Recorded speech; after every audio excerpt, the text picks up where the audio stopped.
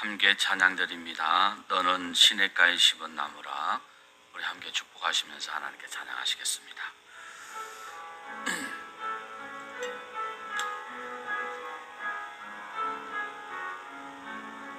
너는 시냇가에 심은 나무라. 너는 시냇가에 심은 나무라. 하나님의 사랑 안에 믿음 뿌리 내리고 주의 뜻대로 항상 사세요. 주의 시절을 쫓아 주 시절을 쫓아 구원 열매 맺으면 주의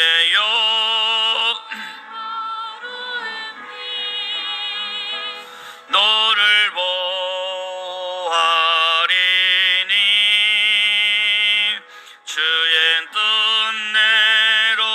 주의 뜻대로 항상 살리라.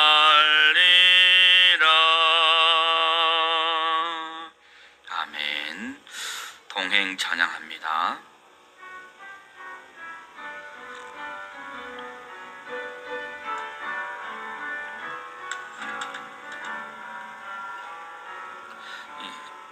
이 세상 어느 곳을 가든지 어디서 무얼 하든지 주님과 동행할 때 기쁨 얻으리. 주님의 축복이 있으리.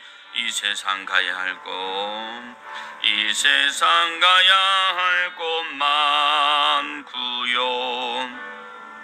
할 일도 많이 있지만 주님과 동행할 땐 행복이 있으리.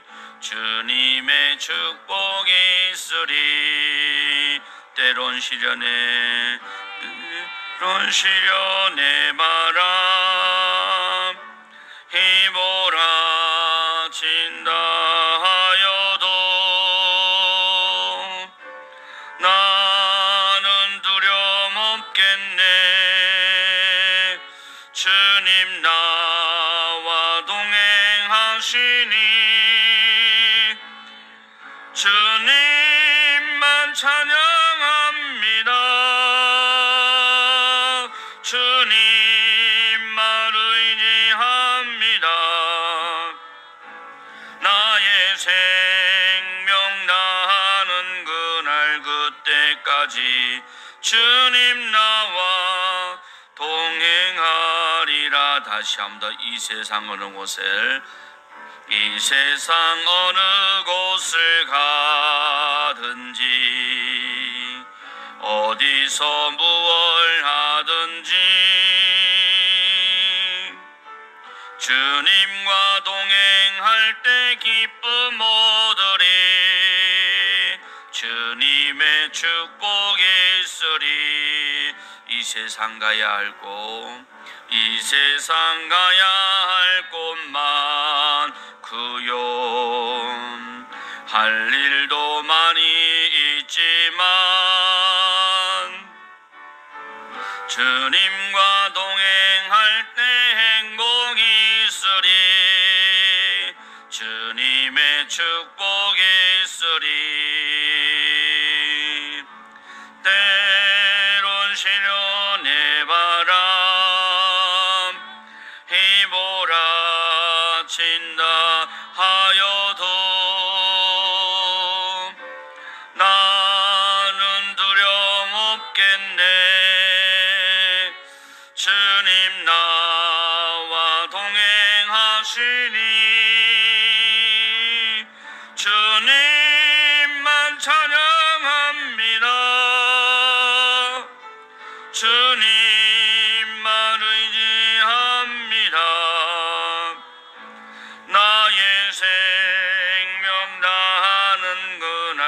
그때까지 주님 나와 동행하리라. 때론 시련의 바람, 때론 시련의 바람 휘몰아친다 하여도, 몰아친다 하여도 나는 두려움 없겠네.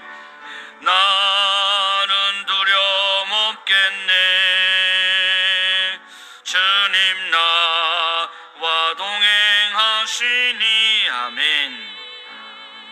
주님만 찬양합니다.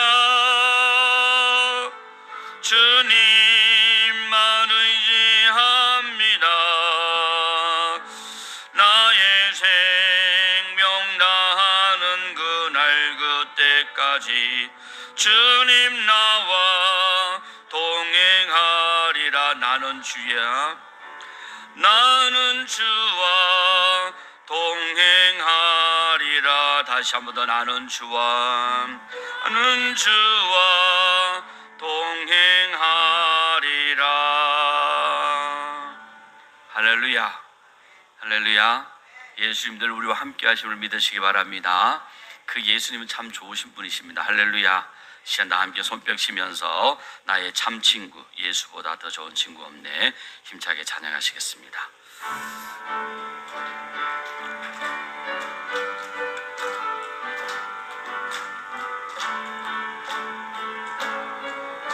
예수보다 더 좋은 친구 없네.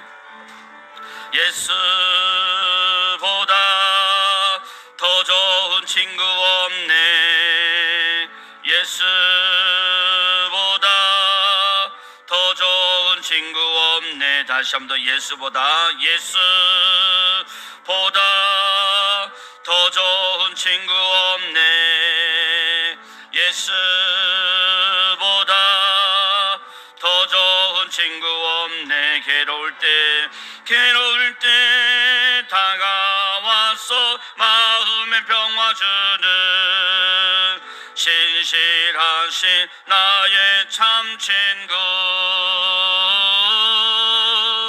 외로울 때 찾아와 친구,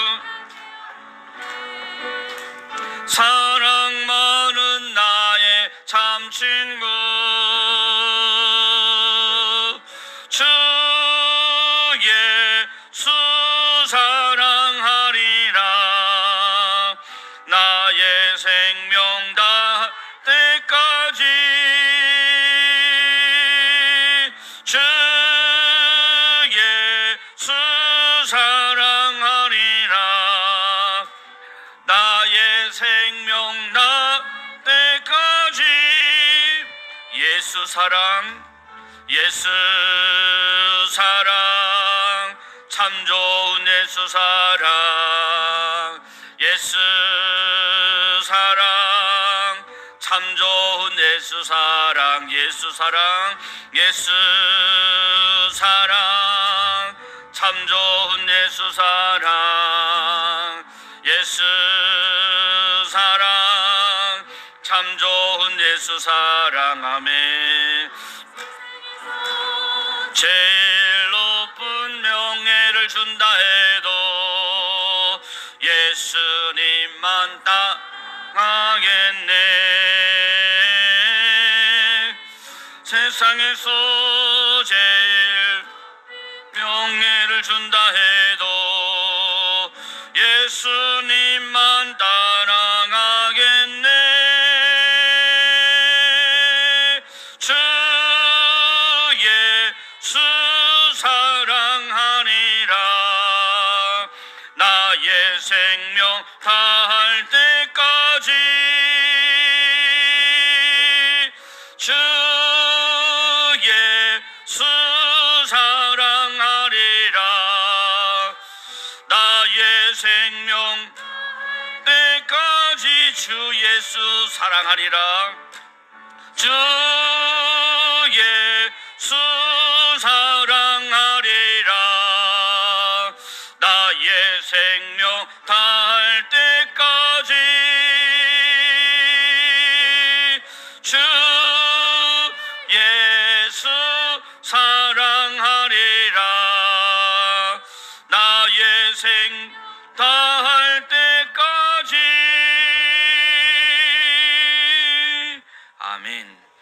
함께 사도신경 신앙 고백드립니다. 나는 전능하신 아버지 하나님 천지의 창조주를 믿습니다. 나는 그의 유일하신 아들 우리 주 예수 그리스도를 믿습니다. 그는 성령으로 잉태되어 동정녀 마리아에게서 나시고 빌라도에게 고난을 받아 십자가에 못 박혀 죽으시고 장사된 지 사흘 만에 죽은 자 가운데서 다시 살아나셨으며 하늘에 오르시어 전능하신 아버지 하나님 우편에 앉아 계시다가 거기로부터 살아있는 자와 죽은 자를 심판하러 오십니다. 나는 성령을 믿으며 거룩한 공교회와 성도의 교제와 죄를 용서받는 것과 몸의 부활과 영생을 믿습니다. 아멘. 찬송 288장 예수를 나의 구주 삼고 찬양하신 후에 함께 합심해서 기도하시겠습니다.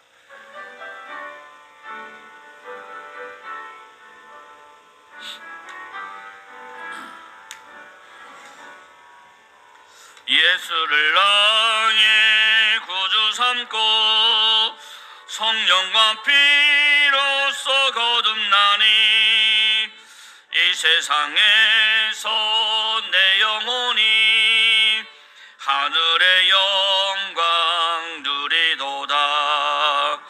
이것이 나의 간증이요 이것이 나의 찬송일세.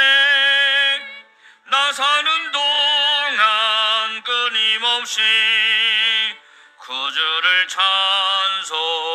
찬송하리로다.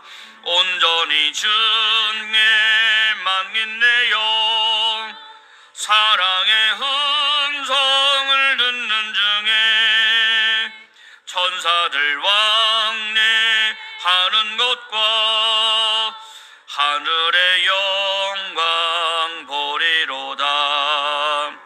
이것이 나의 간증이요 이것이 나의 찬송일세. 나 사는 동안 끊임없이 구주를 찬송하리로다.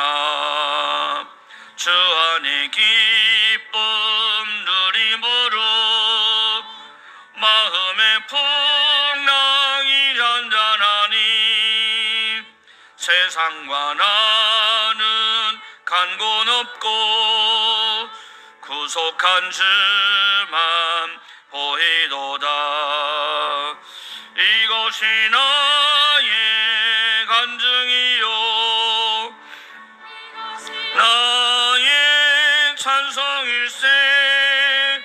나 사는 동안 끊임없이 구주를 찬송하리로다.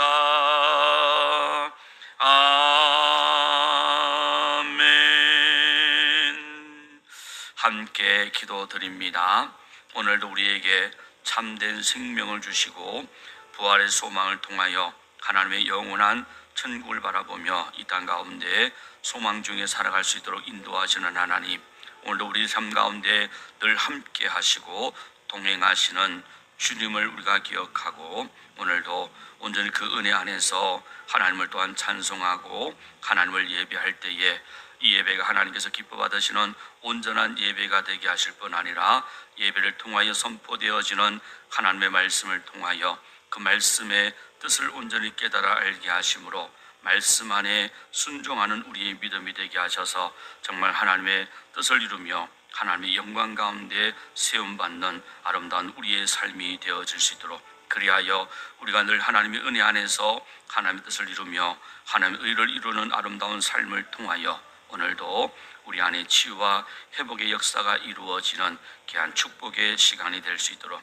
그리하여 영적인 갈급함이 해결되어지고 육체의 모든 질고가 나음을 받게 하시고 심령에 답답하고 또 마음의 그러한 상처와 아픔들이 치유되고 회복되는 귀한 시간 되어질 수 있도록 이 시간도 성령의 도우심과 은혜를 구하는 기도가 되시기를 바라고요. 특별히 나라와 민족을 위해서 세우신 이정자들 위해서도 함께 기도해 주시기를 바라고, 또 육체의 질과 연약함 중에 있는 성도들 하나님의 권능의 손길로 만져주시사 치유하심과 회복의 역사가 이루어질 수 있도록 이 시간 간절하게 주님 한번 부르시고 함께 기도드리겠습니다.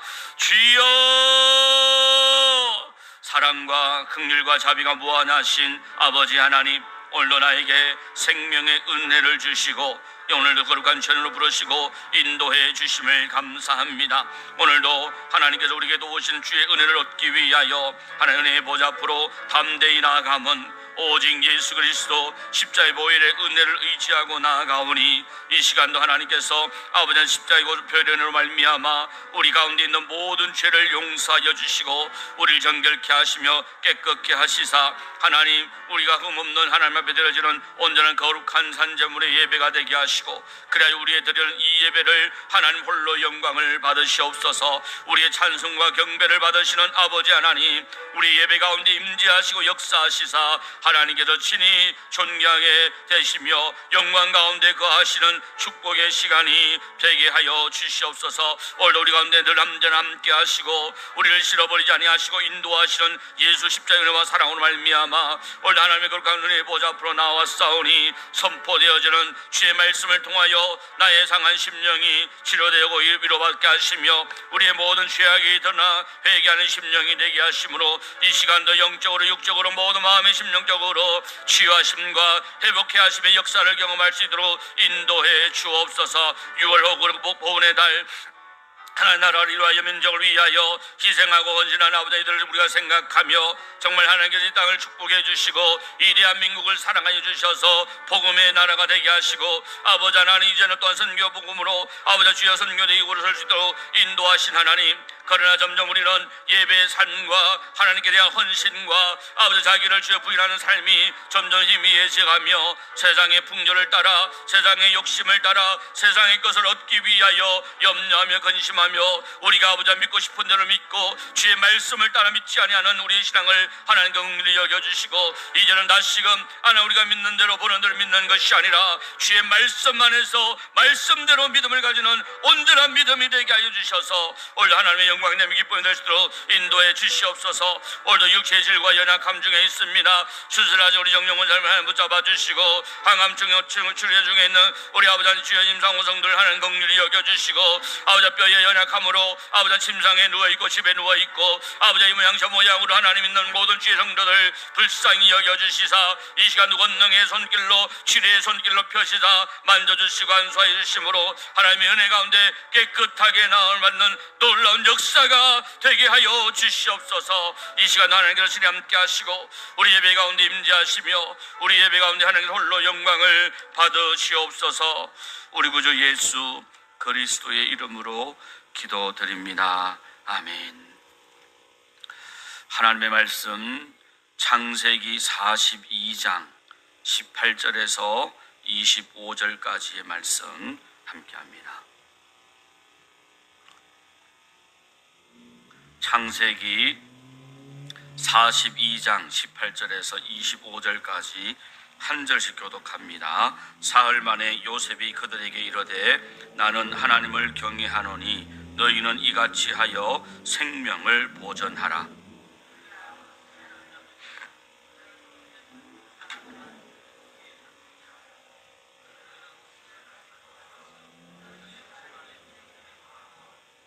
너희 막내 아우를 내게로 데리고 오라. 그러면 너희 말이 진실함이 되고 너희가 죽지 아니하리라 하니 그들이 그대로 하니라.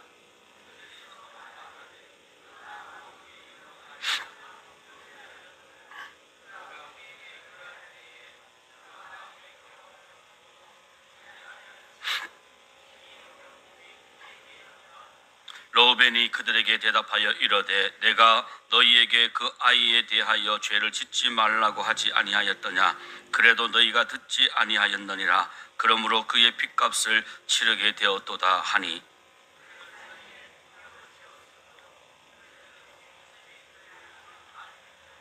요셉이 그들을 떠나가서 울고 다시 돌아와서 그들과 말하다가 그들 중에 시므온을 끌어내어 그들의 눈앞에서 결박하고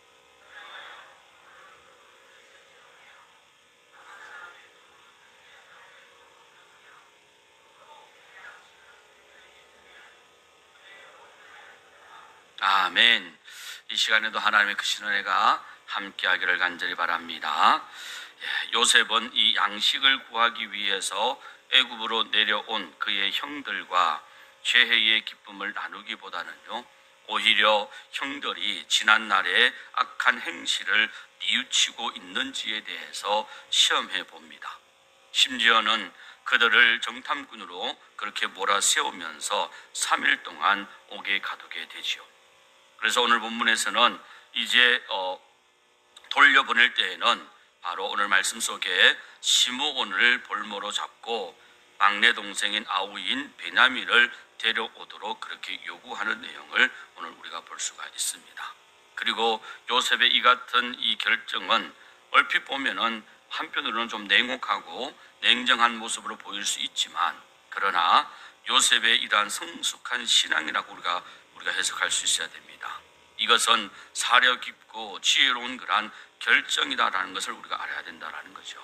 왜냐하면 요셉이 성급하게 자신의 신분을 아마 밝혔다라면은, 그래서 자기가 이 요셉이라는 것을 형들이 알았다라면은요, 아마 형들은 지난날의 이 잘못으로 인해서 보복에 대한 그러한 두려움을 가질 수밖에 없게 됩니다. 갑자기 요셉이 자기 눈에 나타났고, 그 요셉은 20년 전에 자기들이 그렇게 죽이려고 했던 그러한 자였는데, 자기들 눈앞에 버젓이 살아서, 그것도 바로 애굽의 총리 대신이 되어서 높은 보좌에 있는 것을 봤다라면, 아마 그들은 지난날의 이 과오를 생각하면서 요셉에 대한 두려움, 보복을 하지 않을까에 대한 두려움으로 말미암아 요셉을 아마 기피했을 것이다라는 거죠. 그렇게 되면 진정 뜨거운 그런 눈물의 죄해는 이루어질 수 없게 된다라는 겁니다. 무엇보다도 지난주에도 말씀드린 것처럼 요셉이 이같이 하는 것은요, 바로 한 사람의 아들로서 어떻게 한 형제를 너희가 해칠 수 있느냐라는 스스로의 질문과 스스로의 대답을 통해서 지난날의 과오를 떠올리게 하고 그것을 뉘우치게 하기 위해서 요셉이 이끌어가는 겁니다. 그러나 이 모든 과정들은 하나님께서 야곱 가족을 애굽으로 이주시키고자 하시는 그러한 구속사적인 계획에 대하여서 요셉은 참여하는 거예요.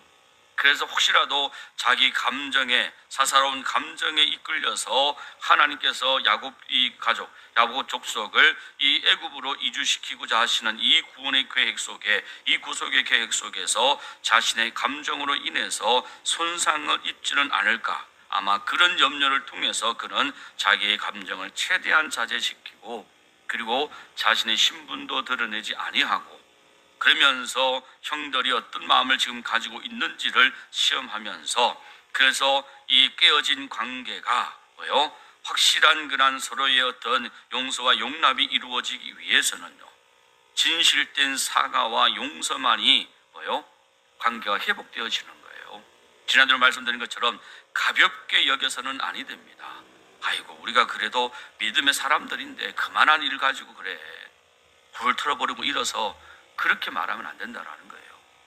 내가 행여나도 그 사람에게 어떤 상처를 주고 그가 그 상처를 통해서 넘어져 있다라면은요, 나는 가볍게 여기서는 아니 된다라는 겁니다. 진실한 마음을 가지고 자기의 잘못이 무엇인지를 깨닫고 뉘우치고 진정성 있는 사과를 통해서 관계가 회복되어지는 거예요. 그렇지 않고서는 절대로 화해가 이루어지지 않습니다. 그래서 요셉이 이 모든 과정들을 보내고 있는 거예요. 그러면서 하나님의 이 구속의 역사가 이루어지는 데 있어서 조금이라도 손상을 입힐 수 없다라는 그러한 영적인 신앙관에서 요셉은 철저히 하나님의 섭리 가운데 운행되어지는 것을 보여줍니다.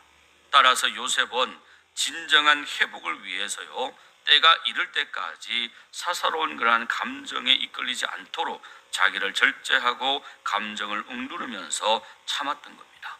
그러면서 요셉은 바로 시므온을 볼모로 잡고 막내 베냐민을 데려오도록 요구를 하는 거예요. 18절 말씀을 다 같이 함께 다시 읽습니다. 시작. 사흘 만에 요셉이 그들에게 이르되 나는 하나님을 경외하노니 너희는 이같이 하여 생명을 보존하라. 아멘. 자, 그들 사흘 만에 요셉, 이것은 다시 말하면 17절에 나와 있습니다. 요셉이 자기의 형들을 다 3일 동안 가두었습니다. 그리고 그들의 이야기가 진실인지 아닌지, 요셉은 얼토당토하는 그러한 정탐꾼이라는 누명을 씌우니까 자기들의 지난날에 있었던 이야기들을 다 소상하게 말하면서 자신들은 정직한 바른 사람이라고 이야기를 했죠. 그래도 요셉은 아니다, 너희들은 정탐꾼이다 해서 억지로 올가미를 세워서 감옥에 가둔 겁니다. 그러면서 16절에서는, 지난주 보면 16절에서는 너희 중에 모든 형제들이 다 감옥에 있고 한 사람만 가서 동생, 너희가 남아있다고 하는 동생을 데려오라는, 그러면 내가 믿겠다라고 그렇게 했습니다. 오늘은 좀 전개가 달라집니다. 어쨌든 오늘 18절 말씀에 먼저 요셉이 형들에게 나는 하나님을 경외하노니라고 말해요. 여기서 하나님으로 번역되어지는 히브리어가 바로 엘로힘인데, 요셉이 나는 하나님을 경외하노니라는 이 말은요, 이 히브리인들, 다시 말하면 유다 백성들이 말하는 유일신 여호와 하나님을 이름을 부를 때에 엘로힘이라는 고유 명칭을 씁니다. 요셉이 여기서 말하는 엘로힘이라는 이 단어는 바로 이 히브리인들이 말하는 그 여호와 하나님, 유일신 하나님에 대한 고유 명칭으로 쓰는 것은 아니에요. 요셉도 애굽에 있었고, 그리고 자신의 신분을 감추면서 자기가 히브리인이라는 것을 드러내지 않게 하기 위해서 엘로힘이라는 이름이라는 이 하나님의 이름을 부르기는 하지만, 그러나 이것은 고유명사가 아닌 여러 신들 중에 한 신이다, 그렇게 부르는 거예요. 일반적인 그런 명칭으로 요셉이 사용을 합니다. 대신에 요셉이 뭐예요? 바로 히브리인들이 말하는 이 여호와 하나님, 바로 유일신 고유 명칭에 이 사용을 하지 않은 것은 말씀드린 대로 자신의 신분이 형들에게 노출되어지지 않도록 철저하게 자기를 숨기는 것이고요. 그러면서 또한 엘로힘이라고 하나님을 그렇게 명칭해서 불러주는 것은, 그걸 뭘 말하는 거예요? 나도 신앙심, 종교심이 있다. 그래서 나도 뭐예요? 정직한 사람이고 양심적인 사람이기 때문에 너희가 내가 제시하는 이 약속을 지켜 행하면 너희를 내가 살려주겠다라는 그런 어떤 확신을 주기 위해서 아마 요셉이 엘로힘이라고 그렇게 부르면서 그렇게 말하고 있는 것으로 보여집니다. 자, 그러면서 19절 말씀입니다. 19절 함께 합니다. 너희가 확실한 자들이면 너희 형제 중 한 사람만 그 옥에 갇히게 하고 너희는 곡식을 가지고 가서 너희 집안의 굶주림을 구하고. 아멘. 자, 요셉의 이 형제 우애와 그리고 가족에 대한, 가나안에 있는 가족들을 말하는 겁니다. 가족에 대한 사랑을 보여주는 그런 요셉의 모습이에요. 앞서 16절, 여러분 성경을 16절로 올라가시면 보시면은 16절에서는요 한 사람만 보내고 다 옥에 가두었던 그런 요셉입니다. 그렇게 약속을 했습니다. 그러다가 형들에 대한 사랑과 또한 양식이 없어서 굶주리고 있을 그러한 가나안 땅에 있는 가족들에 대한 연민 때문에 요셉은 어떻게 해요? 그 결정을 번복해서요 어떻게 해요? 이제는 한 사람만 남겨두고 다른 사람 형제들은 다 가서 막내 동생을 데려오라고 그렇게 제시를 합니다. 이것은 말씀드린 것처럼 지금 한 사람만 보내고 다른 형제들이 다 감옥에 있고 한 사람만 보내면은 가져갈 수 있는 양식이 지극히 제한됩니다.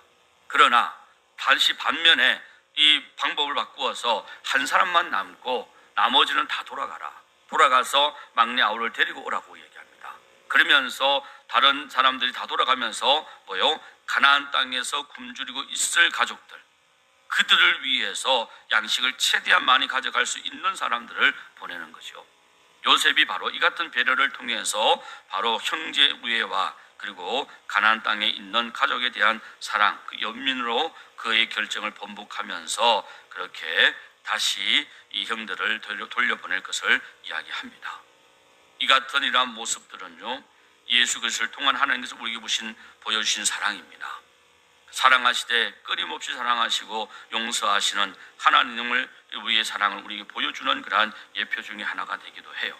심지어는 독생자 예수 그리스도 아들까지 우리에게 내어주시는 하나님, 그래서 끝까지 참고 인내하시면서 우리를 향한 끝없는 주시고 또 주시는 무한한 하나님의 사랑을 보여주는 그런 예표이기도 합니다. 20절 말씀도 함께합니다. 너희 막내 아우를 내게로 데리고 오라. 그리하면 너희 말이 진실함이 되고 너희가 죽지 아니하리라 하니 그들이 그대로 하니라. 아멘. 자, 요셉은 형들에 대해서 여러 가지 편의를 제공합니다. 그러나 어떻게 말합니까? 베냐민을 데리고 와야 한다라는 결정적인 부담감을 그들에게 안겨줘요. 가족을 가난에 있는 가족들을 배려해서 모든 형제들을 돌려보내고 한 사람은 남겨두고 돌려보내고, 그러면서 또 뭐요? 최대한 가져갈 수 있는 양식을 그들에게 실어주고 심지어는 돈까지 받지 않습니다. 같은 형제고 형제이기 때문에 어떻게 돈을 받을 수 있겠습니까? 그래서 공문을 사기 위해서 가지고 온 그러한 이 돈까지도 그들 가방에 다 넣어주고 곡식을 채워서 그들에게 돌려보내는, 최대한 그들을 위해서 배려를 아끼지 않고 제공하는 그러한 요셉이지만, 그러나 뭐요? 결정적인 것, 막내 아우 베냐민을 데려오도록 그렇게 요구를 하면서 그들에게 부담을 안겨주고 있다라는 거예요. 이것은 형들의 철저한 회개를 위해서는 필연적으로 극복해야 할 과제이기 때문에 요셉이 이같이 하는 겁니다. 반면 하나님께서는 이러한 일을 통해서 아브라함과의 언약대로 야곱의 가족을 애굽으로 이주시키기 위한 계획을 점차 더 구체적으로 실현해 나아가는 것을 보여주고 있다는 거죠. 요셉이 형들에게 제안한 생명의 보존을 하는 길, 그것을 단순한 엄포가 아님을 분명히 보여줍니다. 그들의 이 태도에 따라서 그들뿐 아니라 또한 가나안 땅에 남아있는 야곱의 가족의 모든 안위까지도 결정되어지기 때문에 이 요셉을 통해서 요구하는 베냐민, 이것은 단순한 엄포가 아니라 또 결코 쉬운 일이 아닙니다. 야곱이 이미 애굽의 양식을 가지고 내려보낼 때에도 뭐예요? 베냐민을 편애하면서 싸고 돌면서 베냐민은 집에 남겨두고 다른 형제들만 내려가게 했습니다. 야곱의 마음에는 여전히 뭐예요? 요셉에 대한 아픔, 상처가 있기 때문에 베냐민마저 이럴 수 없다라는 것이 야곱의 생각이었어요. 그리고 이 모든 상황들을 아버지의 심정을 누구보다도 요셉의 형들은 잘 알고 있습니다. 그런데 베냐민을 데리고 오게 하는 이 요구는요, 정말로 실천하기 어려운 그러한 일입니다. 그러나 어쩔 수 없이 그 일을 해야 되는 거예요. 그러면서 이 요구를 따라서 그들이 크게 부담을 가지는 것은 결국 이 요구에 의해서 뭘 더 깊이 생각합니까? 20년 전에 있었던 아우 요셉을 해치려고 했던 그 사건들을 떠올릴 수밖에 없게 된다는 거예요. 그래서 이 진정한 회복을 위한 관계, 그 과정 속에서 한 가지 그들이 해결되어져야 할 문제, 바로 진정한 회개의 마음이라는 겁니다. 이 같은 무리한 요구를 통해서 그들이 어떻게 처신하고 어떻게 결정하느냐에 따라서 요셉은 그들의 진정성을 볼 수 있게 된다는 거죠. 이렇듯 요셉은요, 단순히 형제 간의 어떤 은혜와 원한을 해결하는 그런 이야기가 아닙니다. 요셉의 이 이야기는 하나님이 세상을 구원하시는 큰 그림 중에 일부라는 것을 우리에게 보여주고 있는 거예요. 이처럼 오늘 내게 주신 하나님의 말씀을 우리가 묵상하고 적용할 때에도요, 나를 넘어서 내 가족과 그리고 내가 소속되어 있는 그러한 사회나 공동체 단체나 더 나아가서는 세상을 위한 하나님의 뜻을 이루어가는 일이 될 수가 있다는 것을 우리는 명심을 해야 된다는 거예요. 그래서 우리는 오늘도 들려주시는 말씀 안에서 우리가 순종하고 말씀을 통해서 믿는 믿음을 통해서 우리가 살아갈 때에 그 안에 역사하시는 하나님을 통해서 내 영혼의 구원과 잘됨 뿐만 아니라 나를 통해서 내 가족과 내 가문이 구원을 얻을 수 있는 것이고요. 더 나아가서는 내가 속한 공동체와 또 더 나아가서는 세상 모든 민족에게 이르기까지 하나님께서 구원하시고자 하는 그 뜻이 나를 통해서 이루어진다라는 것을 우리는 늘 명심을 해야 된다는 겁니다. 한편 요셉의 형들은요, 한 형제를 이 애굽에 두고 떠나야 할 그러한 처지에 놓이게 됩니다. 그가 누구예요? 시므온입니다. 21절 말씀을 먼저 함께 읽습니다. 시작. 그들이 서로 말하되 우리가 아우의 일로 말미암아 범죄하였도다. 그가 우리에게 애걸할 때에 그 마음의 괴로움을 보고 듣지 아니하였으므로 이 괴로움이 우리에게 임하도다. 아멘. 자, 너희 중에 한 사람은 남고 나머지는 다 돌아가서 어떻게 해요? 막내 아우, 너희가 이야기했던 막내 아우를 데려오라고 요셉이 요구를 했습니다. 이것은 정말로 적지 않은 큰 부담을 안겨주는 그러한 이야기고요. 이 일로 인해서 21절 오늘 본문 말씀처럼 그들이 서로 말하되 우리가 아우의 일로 말미암아, 여기서 아우의 일은 뭐에 말하는 거예요? 20년 전에 요셉에게 행하였던 그 악한 일을 말하는 거예요. 그 일로 말미암아 우리가 범죄하였도다 말합니다. 거듭되는 심적인 그러한 부담감, 시련 속에서 마침내 요셉의 형들은 20년 전에 동생 요셉을 판 행위에 대해서 깨닫고 뉘우치기 시작하는 거예요. 이처럼 성도에게 있어서 시련은요, 회개를 가져오게 합니다. 그리고 결국 더 큰 축복으로 인도하는 통로가 된다는 것을 우리는 기억해야 됩니다. 그래서 사도 바울은 로마서 5장 3절과 4절에 다만 이뿐 아니라 우리가 환난 중에도 즐거워하나니 이는 환난은 연단을, 환난은 인내를, 인내는 연단을, 연단은 소망을 이루는 줄 아느니라. 아멘. 우리에게 주어지는 시련과 환난, 지금 내가 겪고 있는 그런 어려움들을 우리에게 하나님께 주시는 기회라는 겁니다. 그것이 때로는 내가 하나님 말씀에 불순종하고 죄 가운데 있는 그런 하나님의 테스트, 그런 시험이라면은 이 시험은 나를 뭐예요? 회개를 이끌어내는 거예요.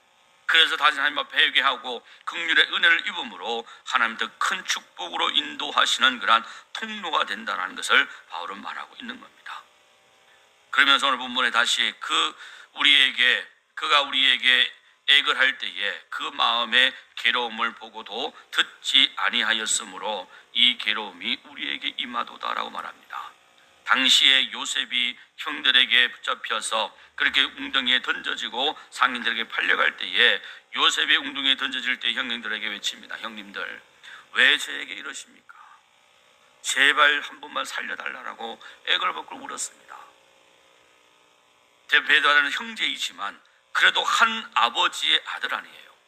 지난주에도 이들 스스로 말하기를 한 아버지의 우리는 아들들입니다라고 얘기했습니다. 자기들 스스로 우리는 한 아버지의 아들들입니다라고 얘기하면서 그러나 우리 중에 한 사람은 없어졌다라고 이야기했습니다. 그건 뭘 말하는 거예요? 우리는 한 아버지의 아들들입니다라고 말한다는 것은 요셉이 요구하는 것처럼 그렇게 그들 스스로가 한 아버지의 아들들이라고 말하면서 그 다음에 따라오는 질문이 뭐겠습니까? 물음이 뭐겠습니까? 어떻게 한 아버지의 아들들이 한 형제를 그렇게 무참하게 해칠 수가 있느냐라는 거예요. 있을 수 없는 일이라는 겁니다. 그 같은 마음과 생각을 이끌어내고 질문을 이끌어내면서 자신의 과거를 돌아보게 하는 것이 요셉의 이끌어가는 지혜였다라는 거예요. 그리고 진실한 회개를 통해서 그들과 요셉과의 관계가 다 회복되어지고 진정한 그런 만남, 그래서 기쁨의 만남을 위해서 요셉은 지금 계속 감정을 누르면서 형들의 지난날의 이 과거들에 대해서 계속해서 스스로 잘못을 뉘우치고 회개하도록 이끌어가고 있는 것을 우리가 보게 되는 거예요. 형들은 그 마음의 괴로움을 보지 아니했기 때문에 요셉이 그토록 매달면서 형님들 제발 한 번만 살려달라고 그렇게 애걸복걸하는 그 동생을 우리가 외면하고 구덩이에 던지지 않았느냐. 그 일로 인해서 오늘 우리가 또 어떻게 해요? 괴로움을 당하는구나, 그렇게 말하고 있어요. 자신들이 현재 당하고 있는 이 괴로움은 뭐라는 겁니까? 결국 인과응보의 일이라는 것을 말하고 지금 당하고 있는 이 어려움을 어떻게 해요? 겸허하게 받아들이는 형들의 모습입니다. 이처럼 진실로 자기의 잘못을 깨닫고 뉘우치고 회개한 사람은요, 하나님의 징계를 당연한 것으로 여기면서 겸허하게 받아들여요. 그러나 진실된 회개가 없는 사람은요, 징계할 때에 오히려 불평과 원망을 쏟아내면서 교회 탓하고 남 탓하고 누구 탓만 할 뿐이라는 거예요. 22절 말씀도 함께합니다. 르우벤이 그들에게 대답하여 이르되 내가 너희에게 그 아이에 대하여 죄를 짓지 말라고 하지 아니하였더냐. 그래도 너희가 듣지 아니하였느니라. 그러므로 그의 핏값을 치르게 되었도다 하니. 아멘. 20년 전에 르우벤은, 장자 르우벤은, 맏형은 바로 그의 형제들에게 요셉을 죽이려고 할 때에 죽이지 못하도록 했던 그러한 사람입니다. 뿐만 아니라 요셉을 살려주려고까지 했다라는 거예요. 그러나 요셉의 형제들은 맏형 르우벤이 잠시 자리를 비운 사이에 요셉을 어디요? 구덩이에서 끄집어내서 이스마엘 상인, 미디안 상인들에게 팔았다는 겁니다. 나중에 이를 안 르우벤은요, 그때 보면은 이 창세기 26장에 보면은 그가 옷을 찢고 크게 근심하였더라라고 되어 있어요. 이제 르우벤은 형제들에게 과거의 이 사실을 상기시키고 있는 겁니다. 그러면서 오늘 우리가 당하는 이것은 그때 우리의 죄의 핏값에 대한 그러한 결과라는 것을 말하고 있는 거예요. 그래서 핏값을 치르게 되었도다라고 말하고 있는 겁니다. 요셉을 사지로 몰아넣은 죄의 대가를 지불하게 되었다라고 말하는 거지요. 르우벤은 지금 당하는 이 고통을 마땅한 죄의 결과라고 그렇게 겸허하게 수용하고 받아들입니다. 한편 이런 핏값 응보의 원리 속에는요, 바로 하나님의 형상을 닮은 인간에 대한 하나님의 생명을 얼마나 귀하게 여긴지를 보여줘요. 성경은 피는 피로 갚도록 되어 있습니다. 해치는 자, 피를 흘린 자는 반드시 죽일지니라고 되어 있어요. 그것은 피에 대한 그 핏값의 보응을 통해서 하나님의 형상대로 지음받은 인간의 생명의 존엄성이 얼마나 귀한 것인지를 강조해 주시는 하나님의 엄격한 법입니다. 그래서 바로 여기에서도 핏값을 치르게 되었다는 것은 요셉을 이 해친 그 핏값이 바로 오늘 우리에게 그대로 이루어지는 것이다라고 생각을 하고 당연한 것으로 받아들이고 자기들의 잘못을 뉘우치게 되는 거예요. 이러한 모든 과정들, 자기들 속에서 이같이 이러한 이야기들을 하는데요, 재미있는 것은 오늘 본문 말씀에 보면 이 23절 한번 또 말씀 있습니다. 시작. 그들 사이에 통력을 세웠으므로 그들은 요셉이 듣는 줄을 알지 못하였더라. 아멘. 요셉은 지금 어디 사람이에요? 요셉은 어느 나라 사람이에요? 이제 헷갈리는 질문이죠. 어디 사람이에요? 에? 애굽 사람이죠. 형들에게 있어서는 애굽 사람이잖아요. 왜? 자기가 히브리 사람인 걸 계속 숨기고 있으니까. 그런데 요셉은 실질적으로 어디 사람이에요? 또 헷갈려요. 히브리 사람입니다. 야곱의 아들이잖아요. 그래서 히브리 말을 알고 있을까요? 모르고 있을까요? 알고 있어요. 그런데 요셉의 형들은 뭐요? 요셉이 애굽 사람인 줄 알고 있기 때문에 통역관을 세워 있어서 계속 옆에서 통역하고 하도록 그렇게 했던 것이고요. 그래 요셉은 알아들으면서도 못 알아듣는 척. 그래서 통역관을 통해서 서로 대화를 나눈 중에 형들이 지금 어떤 마음을 가지고 있는지 자기들끼리 막 소곤소곤 하는 거예요. 봐라, 지난날 우리가 잘못한 것 때문에 오늘 이렇게 우리가 고초를 당한다. 그 이야기를 누가요? 요셉이 다 듣고 있는 거예요. 어쨌든 이 일을 전에 한 형제를 매몰차게 버린 일을 떠올리게 했던 것이고요. 그들이 당하는 이 괴로움이 형제의 피를 흘려서 흘린 그 대가라고 생각하면서 자신의 그 심정의 참담함을 보여주고 있습니다. 자, 그러면서 지금 닥친 그러한 괴로움, 그러한 상황이라 할지라도요, 우리가 다시 한 번 더 기억해야 할 것은 나를 돌아볼 수 있는 그러한 계기로 삼는다면, 우리 오늘 지금 이러한 형편이 나의 마음을 무너지게 하는 그런 참담한 상황이라 할지라도 그 상황을 누군가에게 전가하거나 책임지우게 하거나 불평하고 원망하는 것이 아니라 오히려 나를 돌아볼 수 있는 계기로 삼을 수 있다라면요, 오히려 그것은 내게 더 유익한 것이 될 수 있다는 것 또한 우리가 잊어서는 아니 됩니다. 한편 형들의 이 말을 듣고 있는 요셉입니다. 그래서 지난 날들의 일들이 아마 떠올랐을 것이고 그래서 요셉은 그 감정이 북받쳐서 눈물을 흘리면서 잠시 자리를 비우는 모습을 오늘 볼 수가 있는데요. 이것은 오래전에 자신을 팔아 넘긴 형들이지만, 그러나 지금까지 그 일에 대해서 괴로움을 느끼고 있는 그러한 형들의 모습을 요셉은 지금 보고 있는 거예요. 요셉 앞에 히브리 말로 자기들끼리 이야기하면서 요셉이 알아듣지 못하는 줄로 알고 자기들이 지난날 했던 일들, 그리고 그 죄악에 대하여서 뉘우치고 깨닫고 그 일로 인해서 지금까지 심적인 그러한 부담을 크게 가지고 있었는데, 결국 그 심적인 부담이 오늘날 그 핏값을 치른 날이 되었다라고 지금 뉘우치고 있는 거예요. 이 모든 과정을 누가요? 요셉이 다 지켜보고 있습니다. 그렇기 때문에 요셉은 20년 전에 자기에게 행한 악한 일을 행했던 형들이지만, 그래도 20년 동안 그들 편안하게 지냈던 것이 아니라 마음의 심적인 부담을 가지고 오늘날까지 왔구나. 그리고 이제는 자기들의 잘못을 스스로 뉘우치고 깨닫고 있구나. 이런 어떤 이 복합적인 감정에 의해서 요셉은 이 솟아오르는 그런 어떤 이 서러움과 눈물을 참지 못하고 자리를 잠시 떠납니다. 그러다가 다시 어떻게 해요? 감정을 수스리고 다시 형들 앞에 돌아와서 절제된 모습으로 그동안 계획한 일들을 실행에 옮기는 것을 보게 되는 거예요. 24절과 25절의 말씀을 함께 합니다. 시작. 요셉이 그들을 떠나가서 울고 다시 돌아와서 그들과 말하다가 그들 중에서 시몬을 끌어내어 그들의 눈앞에서 결박하고 명하여 곡물을 그 그릇에 채우게 하고 각 사람의 돈은 그 자루에 도로 넣게 하고 또 길 양식을 그들에게 주게 하니 그대로 행하였더라. 아멘. 자, 이쯤 되면 아마 요셉이 아니라 나 같은 경우에는 형들이 이제 정말 자기들의 잘못을 뉘우치는구나. 그러면서 그 자리에서 눈물 흘리잖아요. 형님들, 제가 그 요셉입니다 하고 아마 달려갔을 거예요. 근데 아직 요셉은 그렇게 하지 않았어요. 감정을 주스릅니다.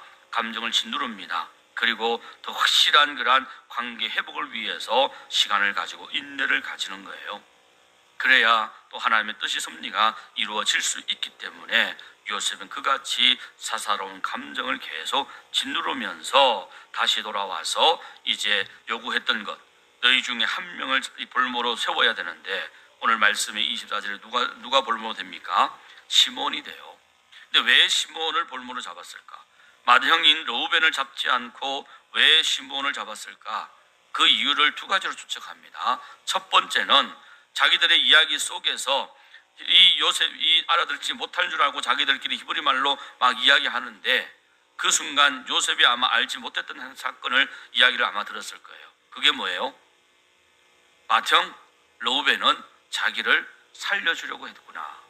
나를 죽이지 않으려고 했구나. 이것을 알았던 겁니다.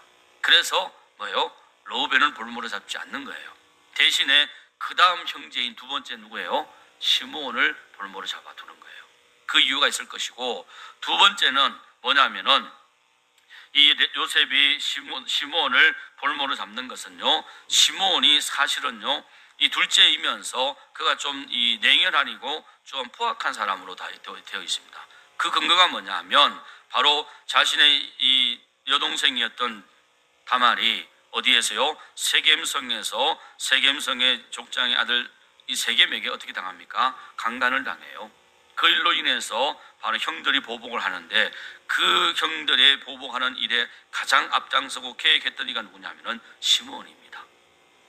그리고 하나님의 거룩한 징표인 할례를 행하게 해서 그걸 가지고 남자들이 못 움직이게 해가지고 그날 저녁에 가서 칼로 레위와 함께 그 세겜성에 있는 모든 남자들 다 칼로 도륙을 해요.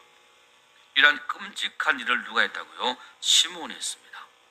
레위와 함께 했지만 이 모든 일을 주도했던 이가 바로, 중심에 앞장섰던 이가 바로 시몬으로 나타나요.